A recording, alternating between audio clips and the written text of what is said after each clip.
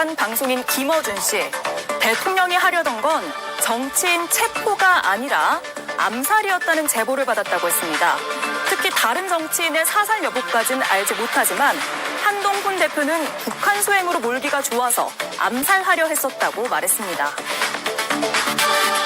미군 몇 명을 사살하여 미국으로 하여금 북한 폭격을 유도한다.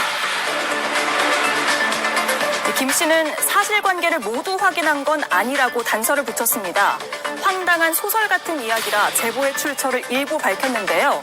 국내 대사관이 있는 우방국에서 들었다고 전했습니다. 오늘도 이렇게 놀랄만한 증언들이 쏟아졌습니다. 그렇습니다. 놀랄만한 증언과 진술이 오늘도 국회에서 쏟아졌습니다. 일단 국회는 현재 긴급 현안 질의를 진행하고 있습니다. 본회의가 진행되고 있고요. 여기서 2차 계엄 모의 정황이 공개될 것이라는 게 민주당이 예고한 내용인데 아직까지 문서가 공개되지는 않았고요. 저희가 공개된다면 곧바로 현장을 연결할 예정입니다. 일단 어떤 내용인지부터 간략하게 소개를 해주시죠. 이동학 의원님. 대략적으로 이렇습니다. 당일에 계엄이 실시됐던 시간은 10시 23분입니다. 근데 원래는 10시에 이게 9시가 조금 넘어가자 방송사로 공지가 됐던 시간은 10시였습니다. 그런데 이 국무위원들이 제대로 잘 모여지질 않아서 계엄의 이제 성사 요건이 안 됐던 거죠. 나중에 드러났지만 계엄의 성사 요건 없이 대통령이 일방적으로 10시 23분에 발표를 한 것에 불과한 것이고요. 11시에 포고령이 발표가 또 됐어요. 아주 무시무시한 포고령이었죠. 정치 활동을 금지한다라는 얘기까지 있었고요. 이거 아주 위헌적이었어요. 그리고 난 다음에 국회가 굉장히 분주하게 움직였잖아요. 많은 국회의원들이 담을 넘어가지고 이 민의 전당에 이 군대가 쳐들어와가지고 사실상 군 앞발에 짓밟히고 있는 그런 상황에서도 190명의 국회의원들이 다 모여가지고 결국 그것을 방어하는 이 결의안을 통과를 시켰어요. 그래서 12시 40분경에 국회의장이 이것에 대해서 무효다라는 이제 선언을 합니다. 그러면 즉각 대통령은 이 의회의 결정에 대해서 당연히 그것이 무효라고 하는 그것을 확인해주는 메시지를 내야 함에도 불구하고 거의 한 4시간 정도 동안에도 아무런 말이 없었습니다. 그러니까 그 4시간 동안 이 계엄과 관련된 제2계엄을 하려고 하는 것 아니냐라는 의혹이 계속 제공됐고 그 사이에 김용현 국방부 장관에게 대통령이 질책을 했다. 이런 여러 가지 이제 말들도 나오지 않았습니까? 그래서 그거를 뒷받침하는 자료가 민주당에 입수된 것이 아니냐. 이러한 것들 때문에 이제 공지를 하게 됐던 것이고 아직 저거를 공개하는 시점은 좀 민주당에서 좀 재고 있는 것 같습니다. 그런데 그것이 나와봐야 실제적으로 그것이 문서상으로 딱 드러난 것인지 아닌지 이걸 알 수 있을 것 같습니다. 예. 자, 시청자들께서 잠깐 궁금해하실까봐요. 이동학 의원님 지금 어깨 부상 중인데 빨리 쾌유하시기를 바라겠습니다. 자, 과방위 전체 회의에서는 방송인 김어준 씨의 참고인 진술이 있었습니다. 한동훈 국민의힘 대표를 사살한다는 내용을 들었다. 그런 제보가 있었다라는 얘기인데 계속 들어보겠습니다. 지금부터 말씀드릴 내용은 그 사실관계 전부를 다 확인한 것은 아니라고 전제하고 말씀드립니다. 감안해서 들어주십시오. 1. 체포되어 이송되는 한동훈을 사살한다. 2. 조국, 양정철, 김어준 체포되어 호송되는 부대를 습격하여 구출하는 침입을 하다 도주한다. 3. 특정 장소에 북한 군복을 매립한다. 4. 일정 시점 후에 군복을 발견하고 북한의 소행으로 발표한다. 예. 자, 당에서는 어떻게 파악할지가 궁금합니다. 왜냐하면 한동훈 대표에 대한 좀 끔찍한 내용에 대한 진술이기 때문인데 사실 확인이 어디까지 됐습니까? 저희는 전혀 사실을 확인한 게 없고요. 대표께서도 입장을 낼 사항이 아닙니다. 저 언급을 한 김어준 씨가 사실관계를 확인해줘야 될 사안이라고 생각을 합니다. 김어준 씨가 지금 본인 스스로도 사실관계를 전부 다 확인하지 않은 전제로 말을 했다고 하지 않습니까? 그런데 지금 저 말을 한 장소는 국회 가방이 상임위원장입니다. 예. 상임위원장에서 저렇게 얘기를 하게 되면 지금 시점에서 국민들은 저 말이 사실인 것처럼 오도할 수 있는 상황이 매우 큽니다. 그렇기 때문에 김어준 씨의 발언은 굉장히 잘못되었고 저희 당에서는 지금 미디어 특위를 통해서 다양하게 지금 법적 조치라든지 다른 확인 절차를 밟고 있는 중인 점을 말씀드리겠습니다. 김어준 씨가 저 언급뿐만 아니라 생화학 테러까지 언급을 했는데요. 네. 우리나라는 화학무기 금지 협약에 가입된 국가입니다. 터무니없는 주장으로 저는 생각을 하고요. 거기다가 김어준 씨는 본인이 지금까지 제보자를 직접 밝힌 적이 없다라는 식으로 해서 구체적인 제보사항을 밝히지 않고 있는 상황입니다. 하지만 지금 국방위에서는 정보사 요원의 실명이라든지 국가안보에 아주 민감한 기밀 사항도 나오고 있습니다. 그런 이유는 이번 계엄 사태가 워낙 민감하기 때문에 어느 정도 물론 나와서는 안 되는 국가 기밀이 군사 기밀이지만 어쩔 수 없이 나오고 있는 상황인데 과연 김어준 씨가 제보자 신원을 밝히지 않은 채 저렇게 본인의 주장을 사실인 양 주장하는 것은 국민들께서 납득하실 수 없는 사안이라 생각을 합니다. 예. 민주당에서는 어떻게 받아들이고 있습니까? 저는 좀 다르게 생각을 하는데요. 그러니까 당연히 따져봐야 될 문제는 따져봐야 됩니다. 그런데 지금 벌어지고 있는 일 자체가 너무나 초현실적이잖아요. 계엄이라는 게 2024년에 가당키나 한 얘기입니까?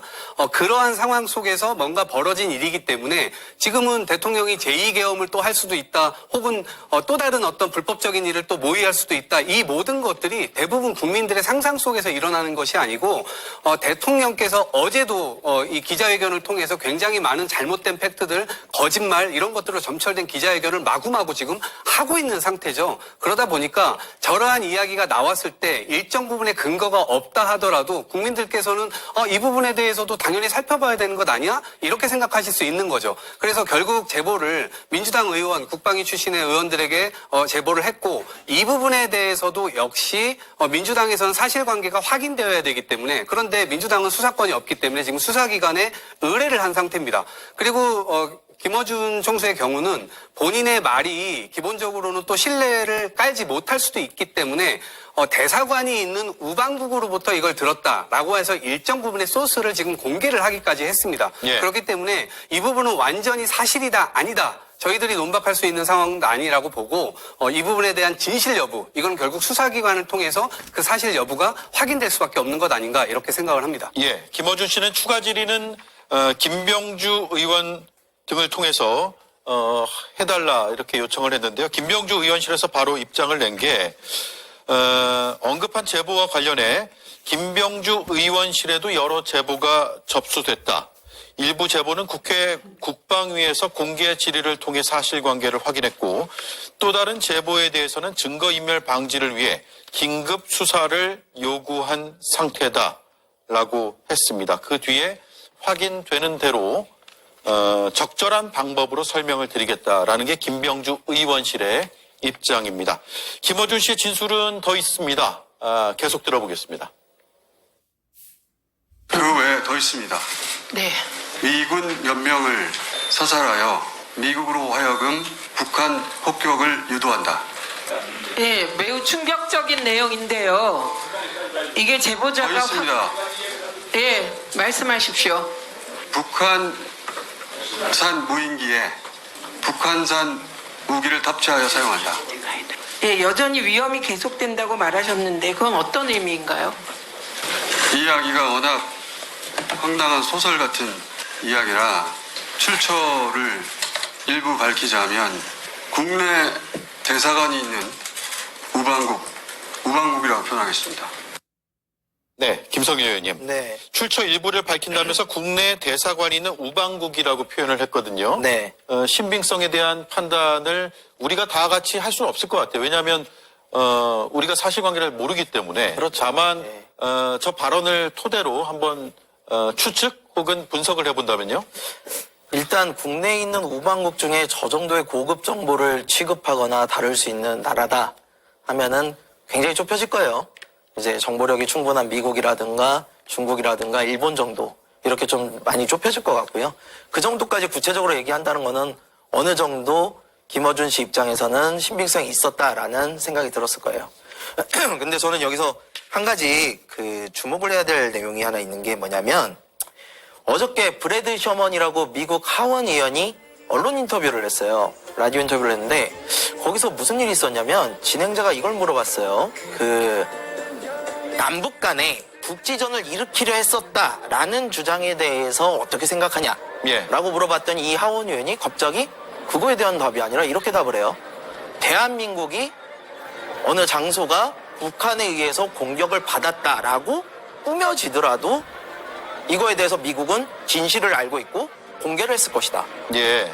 이게 무슨 말이냐면요. 돌려서 생각해 보면은 대한민국의 어떤 장소를 북한이 공격했다라고 꾸미고 그것을 미군으로 하여금 움직이게끔 하려는 어떠한 의도 혹은 정보가 감지되었다라는 뜻으로 해석이 되거든요. 예. 그러니까 오늘 김어준 씨가 얘기한 것 중에 미군으로 하여금 북한을 폭격하게끔 이렇게 상황을 꾸밀 수 있었다라는 내용에 대해서는 적어도 미국도 어느 정도 감지를 하고 있었을 수 있다. 그래서 이거는 매우 충격적인 내용이고 매우 위험한 내용이므로 사실 요거에 대해서는 철저한 조사가 좀 이루어지고 나서 이야기를 해야 되는 상황이다. 다만 아예 근거가 없었던 것으로 보이지는 않는다. 요 정도 말씀. 예, 미국 하원 의원이 그렇게 추정해 볼 수 있는 발언을 인터뷰를 통해서 얘기한 것은 있다. 네, 그렇습니다. 예. 자, 한가선 의원님, 결국은 수사 대상이 돼야 될 것 같은데요. 네. 아까 말씀하셨듯이 이 암살 계획, 북한 소행으로의 조작 계획. 정말 믿겨지지 않은, 믿을 수 없는 이야기입니다. 그리고 정말 대한민국의 자부심을 느끼고 살아가던 한 국민으로서 사실이 아니었으면 합니다. 근데 예전 같았으면 많은 국민들이 뭐 헛소리야 하고 흘려들었을 것 같습니다. 저도 그렇고요. 그런데 이게 혹시 진짜인가 하고 귀를 기울이게 되는 이유는 정말 상상조차 하지 못했던 계엄이 현실화되었기 때문인데요. 극우 유튜버들 말을 듣고 이 망상에 빠져서 부정선거를 확신하고 이거를 밝히고자 계엄을 도구화한 거잖아요, 윤석열이. 이게 정말 사실이라면 윤석열은 단순한 내란 수괴를 넘어서서 정말 인간으로서의 자격도 상실하는 것이라고 저는 생각을 합니다. 탄핵을 하면 수사를 할 수 있고 수사를 하면 밝혀질 사안이라고 생각하기 때문에 내일 당장 탄핵을 해서 국민들이 더 이상 불안하지 않게 낱낱이 밝혀져야 된다고 생각합니다. 네. 일단 국민의힘에서는 김어준 씨에 대해서 법적 대응에 나선 상황이고요. 네. 그리고 민주당에서 신빙성이 좀 있다라는 이야기, 또 미국 하원 의원의 인터뷰 내용으로 추정해 볼 수 있는 상황도 분명히 있기 때문에 우리가 이 정도로만 다루도록 하죠. 이 내용을 더 논평하거나 분석을 한다고 해서 뚜렷한 사실관계를 알 수 없기 때문에 이 정도만 하겠습니다. 자, 그런 가운데 윤석열 대통령은 직무에서 손 떼겠다고 지난 주말에 했는데 오히려 지금 담화 뒤에 전면에 나서는 모양새거든요. 한기호 의원을 국방장관 후임으로 하려고 했는데 본인이 고사했다면서요? 어떻게 보면 당연한 거라고 저는 생각을 합니다. 지금 시점에서 다른 부처의 장관도 아니고 국방부의 장관은 국민들께서도 굉장히 민감하게 받아들일 수밖에 없는 상황이지 않겠습니까? 그렇기 때문에 그 마땅한 대체자도 없을 뿐더러 한기호 의원도 굉장한 심적 부담을 느꼈을 겁니다. 그렇기 때문에 당연히 거절하는 것이 당연한 수순이었다. 이렇게 보시면 될 것 같습니다. 예. 자, 그리고 담화 이후에 대법관 임명 동의안을 제출하기도 했습니다. 그러니까 대통령이 가진 권한들을 어제 담화를 기점으로 해서 이제 적극적으로 행사하는 모습이에요. 네, 저는 이걸 지켜보면서 굉장히 후한무치하다. 본인이 지금 어떤 일을 저질렀는지도 인식하지 못하고 있고 인정하지도 않고 있는 상황에서 거의 자신의 권한을 행사하는 것은 이것은 대국민 선전포고와 같다라는 말씀을 드립니다. 왜 그러냐면 지금 어쨌든 헌정질서라고 하는 건 기본적으로 잘 가고 있었는데 물론 삐그덕거리면서 윤석열 정부 치하에서 굉장히 큰 문제가 있었음에도 불구하고 이렇게까지 군대까지 동원해가면서 계엄령을 선포할 정도의 그런 상황은 아니었거든요. 혼자만 비상사태라고 하는 인식, 그러니까 저희가 보통 표현할 때 우스갯소리로 대통령이 안드로메다에 가 있다. 국민들과의 어떤 주파수가 잘 맞지 않는다. 이런 표현들을 굉장히 많이 했었습니다만 이렇게까지 많이 나가 있을 줄은 생각도 못했죠. 근데 이 일을 이렇게까지 벌여놨다면 그동안 중립을 지켜야 되고 독립성을 지켜야 됐던 방통이라든가 권익이라든가 감사원이라든가 특히나 사법부의 어떤 이 칼날을 쥐고 있는 검찰 이런 데서 대부분 다 편파적인 기관으로 바뀌어버렸고 국민의 신뢰가 완전 망가졌습니다. 그런데 이 계엄령을 통해서 그나마 마지막 보루로 삼고 있었던 우리 군마저 이 군합발을 가지고 국회를 짓밟으면서 국방부의 신뢰도 완전히 그냥 깨져버렸거든요. 그런 상황 속에서 지금 굉장히 비극적인 현실을 지금 이 군인들이 지금 맞고 있는 상태이거든요. 근데 그런 것조차도 본인이 뭘 잘못했는지에 대한 인식이나 이런 거 없어요. 그러다 보니까 국민들께서는 단 하루라도, 단 1초라도 대한민국 대통령으로서 윤석열을 인정할 수 없고 대통령으로서 인정도 못할 뿐만 아니라 당연히 거기에 따르는 이 일종의 권한 행사 이런 것들을 빠르게 막아야 된다라는 생각을 가지고 있는 거거든요. 그래서 지금 여의도 앞에 굉장히 많은 국민들이 있고요. 또 생업 때문에 못 오더라도 그런 마음을 응원하는 마음을 다 가지고 계신 이 국민의 수치가 굉장히 많이 높아지고 있는 상황입니다. 그런데 대통령이 뭔가 헌정 질서를 이유로 이렇게 계속 임명권을 행사한다? 여기에 대해서 공감하는 국민들 거의 없을 것이라고 보고 하루빨리 아무것도 하지 마시고 좀 내려오시라 이 말씀 드립니다. 예. 자, 인사권 특히 국방장관 후보자 재지명 시도에 대해서 국민의힘 생각은 좀 다른 것 같습니다. 권성동 원내대표는 이런 입장을 냈습니다. 들어보겠습니다. 대통령이 계속 국방장관 운영 한번 해보고 있다는 지적이 나오는데요. 적절하다고 생각하세요? 다른 장관은 모르지만은 국방부 장관은 국가안보를 담당하는 장관입니다. 그런데 이 안보 수장을 오랫동안 공백으로 놔두는 것이 국가 안위를 위해서는 바람직스럽지 않다 저는 그렇게 생각을 합니다. 그래서 또 이렇게 혼란한 틈을 타서 또 북한이 어떠한 일을 벌일지도 모릅니다. 그렇게 봤을 때는 국방부 장관만은 빠른 시일 내에 임명할 필요가 있다고 생각합니다. 예. 반면에 한동훈 대표는 측근들에게 매우 부적절하다라는 입장을 냈습니다.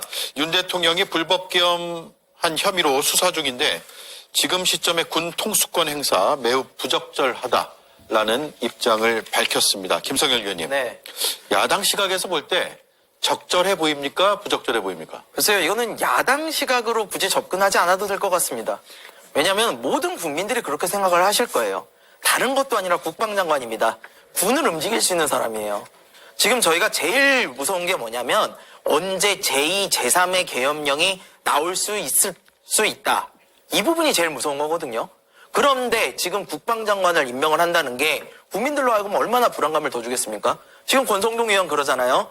북한이 무슨 일 벌일까봐 빨리 채워야 된다. 아니에요. 북한이 무슨 일 벌일까봐보다 윤석열 씨가 무슨 일 벌일까봐가 훨씬 무섭습니다. 그렇기 때문에 이 부분에 대해서 국방장관을 채우는 지금 임명을 해야 된다라는 거에 절대 동의할 수 없고요. 그 다음에 담화를 우리가 다 봤잖아요. 대통령의 윤석열 씨의 대국민 담화를 봤는데 본인이 잘못한 것은 전혀 인지를 못하고 있어요. 그리고 오히려 계엄에 대해서 고도의 통치행위다라고 자기 부정하고 자기 변명만 하고 있다는 거죠. 거기에 부정선거론까지 꺼내 들었습니다.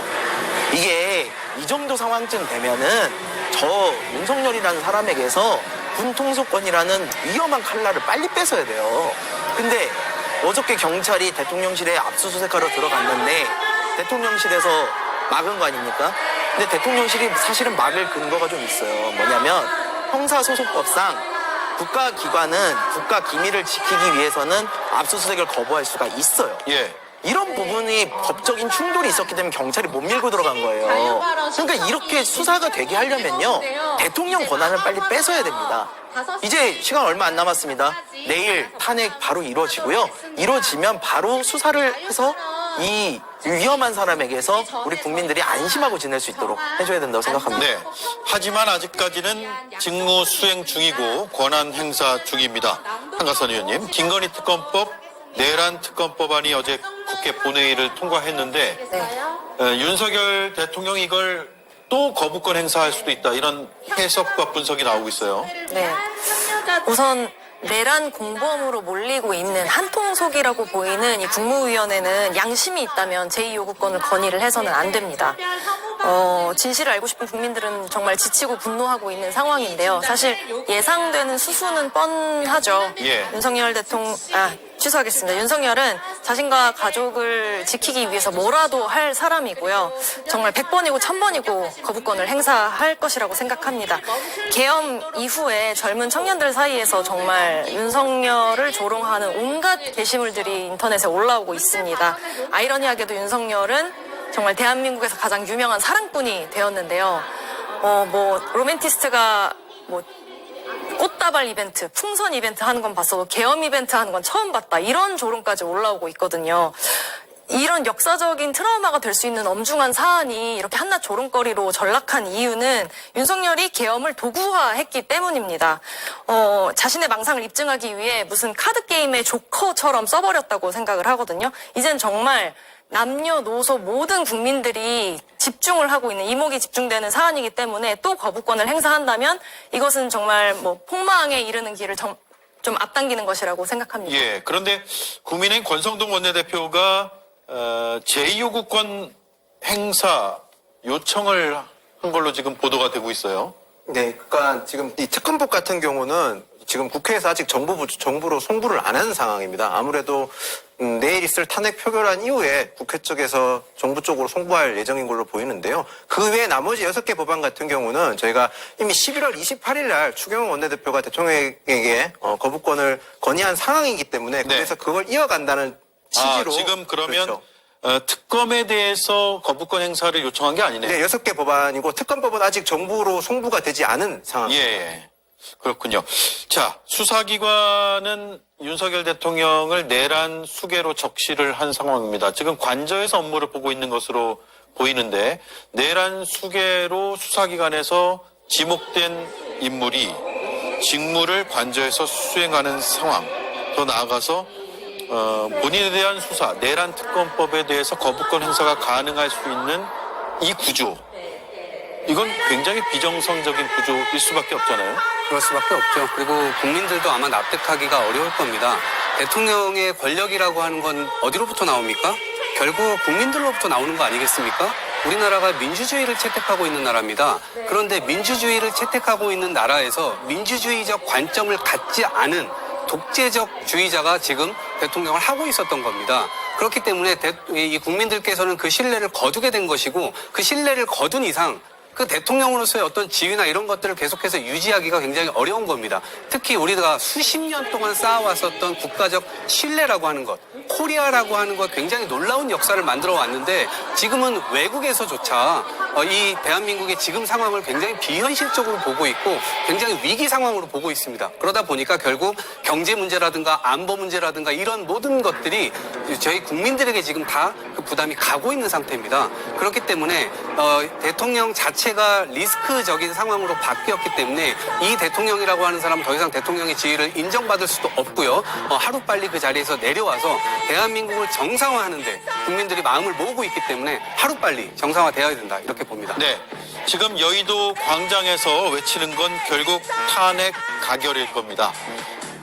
이 내용으로 바로 넘어가 보죠. 이수진 앵커가 브리핑 준비했습니다. 존경하는 국민의힘 국회의원 여러분, 여러분이 지켜야 할 것은 윤석열도 국민의힘도 아닙니다. 바로 추운 거리에서 지금 울부짖고 계시는 국민들, 그리고 바로 그들의 삶입니다. 우리 내일은 탄핵 찬성 표결에 동참하십시오. 역사가 여러분의 선택을 기억하고 기록할 것입니다. 2차 탄핵 표결이 하루 앞으로 다가왔습니다. 이재명 대표는 여당 의원들에게 탄핵 찬성 표결에 동참해달라고 촉구했습니다. 여당에서 30명 이상이 이탈할 거란 낙관적인 예측도 나오고 있지만요.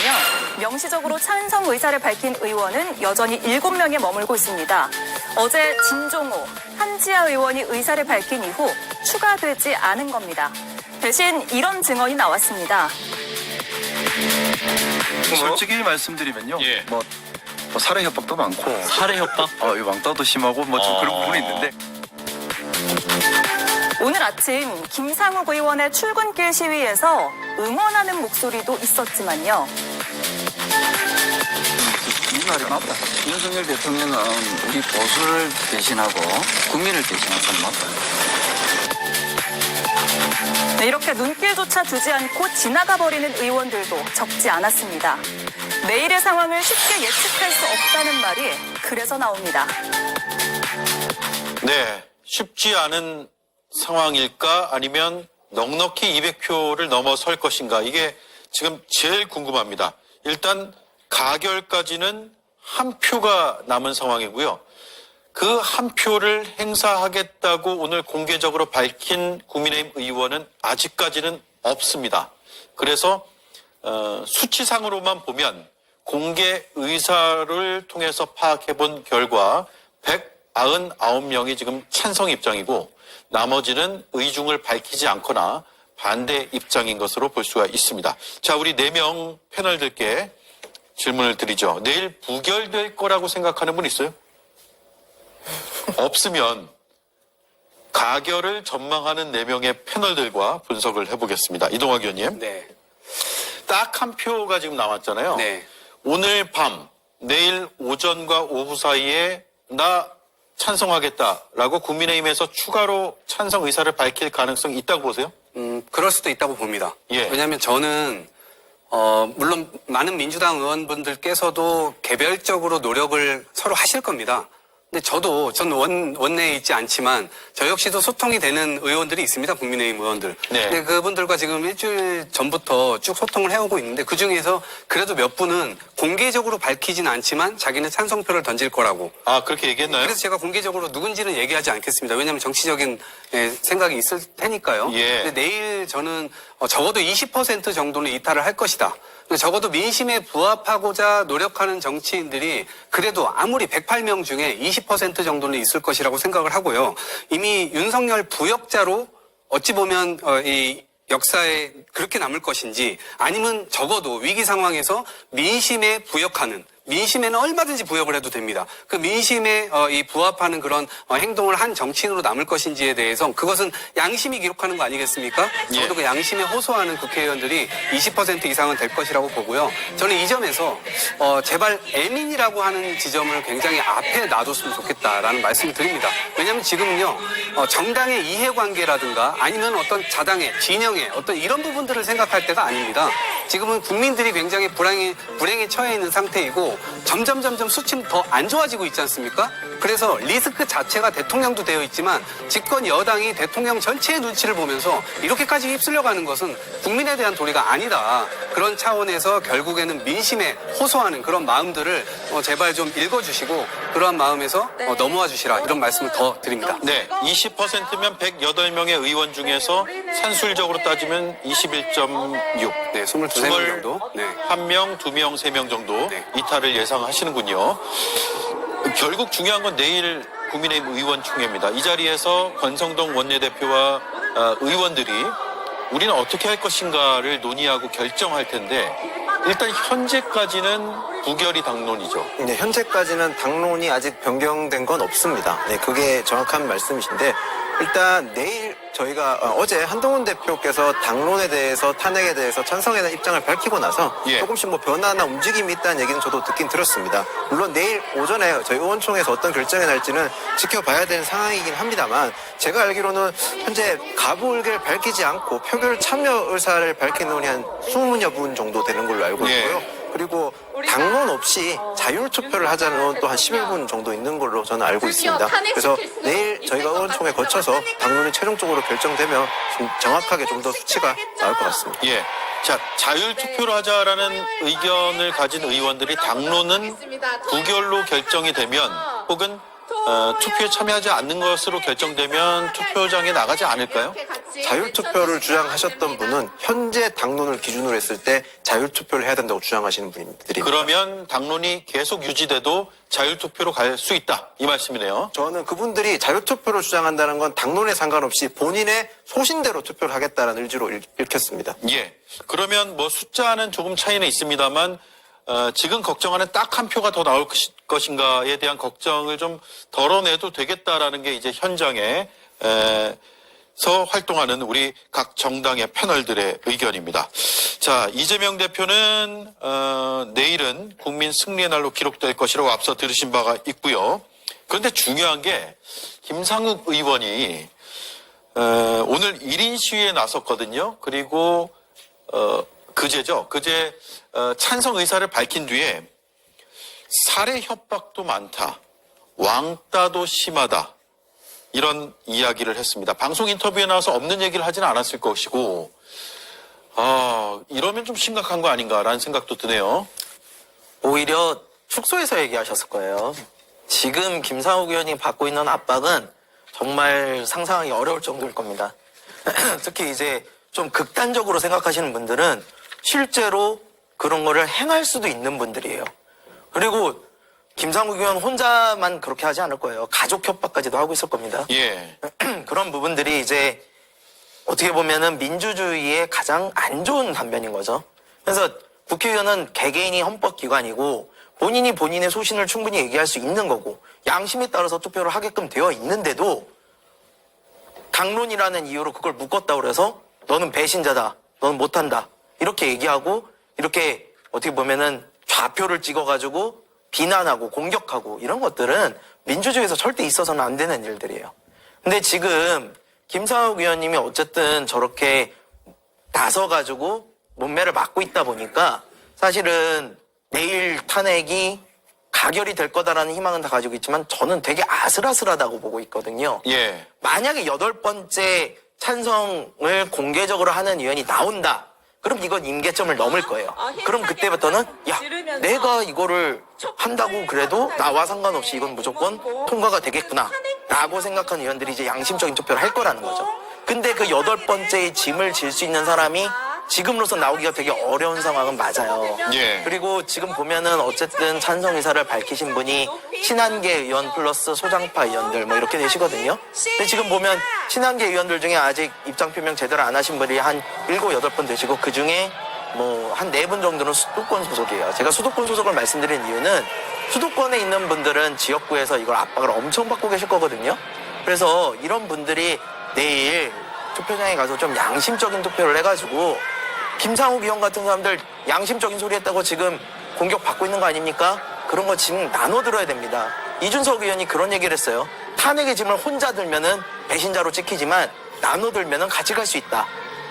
저는 국민의힘 의원들이 동료애가 있고 또 동료애를 넘어서서 이 나라에 대한 충정이 있고 이 윤석열에 대한 위험에 공감을 하신다면은 탄핵의 짐 나눠 들고 가셔야 된다고 생각합니다. 예. 이 시각 여의도입니다. 조금 전 파도 타기 하는 모습도 보였고요. 오늘 응원봉이 역시나 가지각색의 형형색색의 응원봉들이 등장했습니다. 2016년, 17년의 광장의 모습은 촛불로 대변이 됐다면 이번엔 확실히 응원봉입니다. 젊은 나이를 굳이 뭐 제가 말씀드리자면 좀 젊은 20, 30대층 뿐만 아니라 40대 이상의 참가자들도 응원봉을 구입하거나 구해서 나오는 경우도 꽤 많다고 합니다. 한 목소리로 외치고 있는 것 같아요. 탄핵, 소추안, 통과, 그리고 파면을 요구하는 것 같습니다. 자, 김인영 의원님. 왕따 움직임이 진짜 있나요? 그러니까 지금 저희 당의 상황에서 가격한 목소리가 더 크게 들리고 더 주목받는 것은 어찌 보면 당연스러운 것 같습니다. 그리고 비극이죠. 네, 비극입니다. 근데 오늘 김상욱 의원 1인 시할 때 보면요. 저기 다른 의원님들도 굉장히 많이 만났습니다. 저희 당 소속의 의원들 많이 만났는데 만난 의원 중에서는요. 김상욱 의원과 정반대 의견을 아주 강하게 최근에 내고 계신 의원들도 직접 김상욱 의원과 만나서 여러 가지 이야기를 나누었습니다. 예.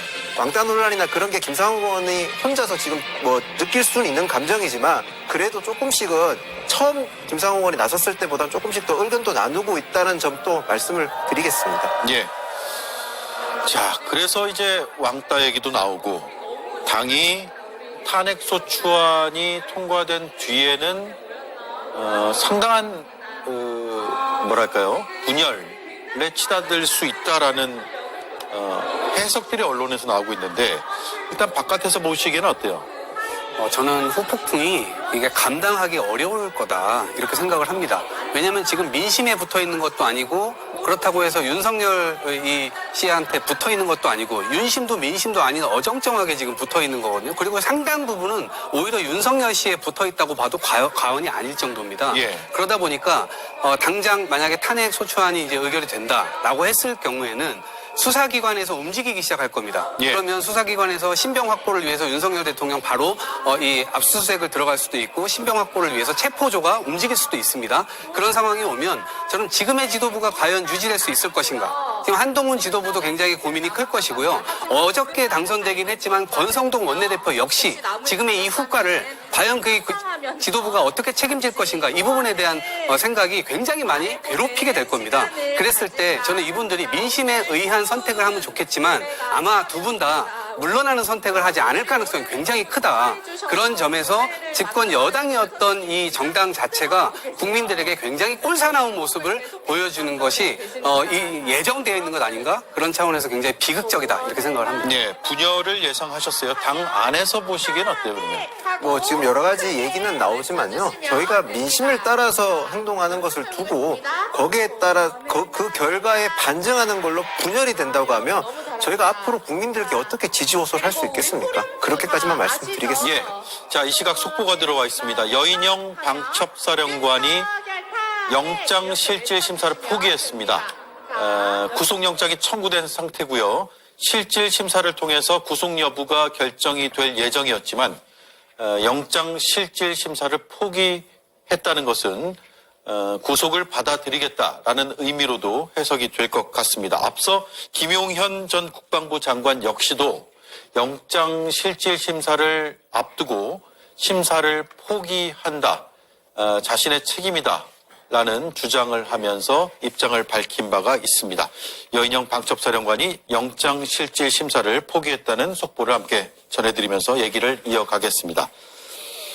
자, 오늘 권성동 신임 국민의힘 원내대표가 우원식 국회의장을 찾았는데 지금이 개헌이 적기다 라면서 개헌론을 또 꺼내 들었어요. 지금은 탄핵을 국민 다수가 원하고 있는데 개헌을 꺼냈다. 이거 어떻게 해석을 해야 됩니까?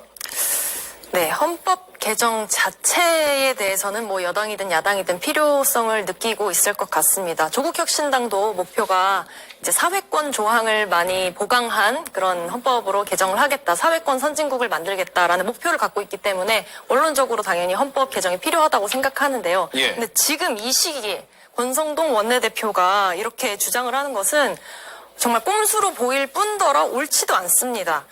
윤석열은 내란 수괴입니다. 국민들을 공포와 불안 속으로 내몰았던 이유도 이런 극우 유튜버들의 주장을 믿고 자신의 어떠한 망상을 확신하고 이걸 입증하기 위해서, 밝히기 위해서 계엄을 사용한 것이잖아요. 이렇게 위험한 사람은 1분 1초라도 빨리 직무를 정지를 해야 하는데 이렇게 하기 위한 가장 효율적인 방법은 탄핵이죠.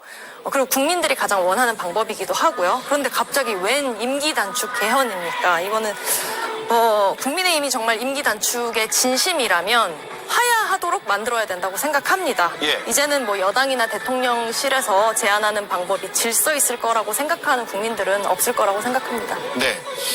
자, 그리고 이재명 대표에게 무죄 판결을 내린 판사도 체포 대상이었다라고 중앙일보가 보도를 했고요.